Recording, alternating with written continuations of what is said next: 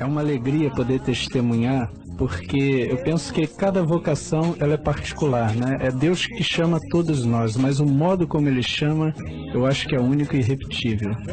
Na minha vida eu preciso voltar a talvez pelo menos aí 10 anos atrás, porque eu sou médico, né? Já esse ano completo 10 anos de formado em medicina aqui pela Souza Marques, na cidade do Rio de Janeiro, e foi trabalhando no Hospital da Santa Casa com os doentes quando eu descobri as irmãs de Madre Teresa de Calcutá e ofereci a minha medicina às irmãs dizendo assim: irmã, eu gostaria de fazer um trabalho com os seus mendigos de rua como médico.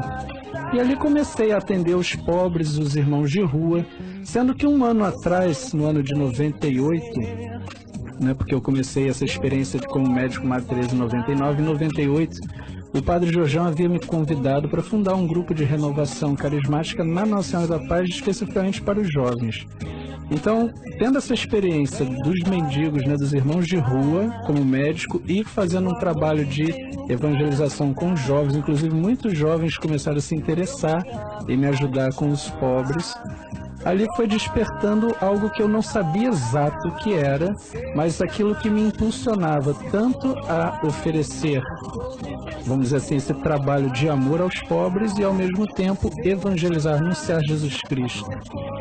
E uma vez uma amiga médica, uma cirurgiã, que começou junto comigo, ela ficou tão emocionada e falou: Guido, eu quero te ajudar com os irmãos de rua.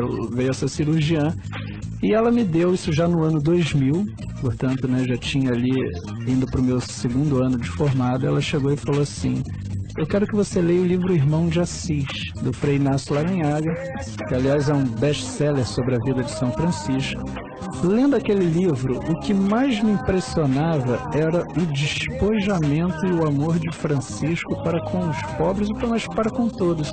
E um segundo passo, além desse despojamento na pobreza, é a liberdade de pregar o Evangelho.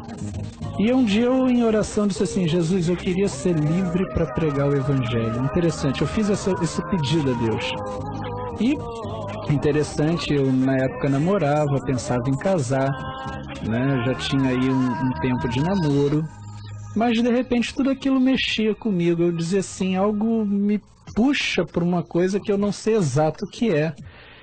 E assim, fui caminhando, lendo o livro de São Francisco, e sempre lendo aquela vida de Francisco, aquilo me questionava. Até que um dia senti de Deus assim, né, como que a voz do Senhor a dizer em mim: leia o livro de São Francisco. Eu tinha chegado do trabalho médico, estava ali estudando medicina, tinha voltado do hospital, e ouvi a voz de Deus no meu coração dizendo assim: fecha o livro de medicina e leia o Irmão de Assis. E lendo a vida então de São Francisco, eu dizia: o que tu queres de mim, Senhor? Aquilo me angustiava, eu dizia: o que tu queres?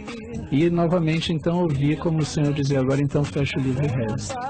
E ali fui em oração, até que num determinado momento eu vi claramente a voz de Deus dizendo assim: levanta-te, serás sacerdote para a minha igreja. Foi tão marcante que eu me lembro como se fosse hoje, era dia 13 de novembro de 2000, uma segunda-feira às 3 da tarde. Um dia de sol, e aquela voz penetrou tão profundamente, Cláudio, que eu não sabia o que dizer, só pensava assim: como vai se dar isso?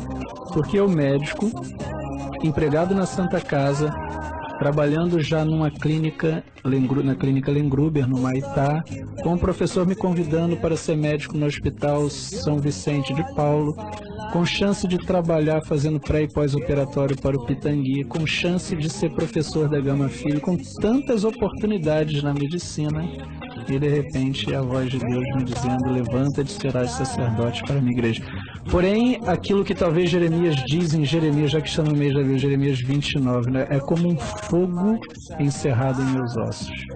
Tudo isso ficou pequeno, e aí é preciso dizer como Paulo em Filipenses 3,8, por ele, né, por Cristo, tudo desprezei, tenho tudo em conta de esterco, de lixo, diante desse bem supremo conhecimento de nosso Senhor Jesus Cristo. Ou seja, diante daquele que chama, tudo me pareceu pequeno. Essa foi a força que me moveu a começar a caminhar. E aí eu vou parar aqui rapidinho.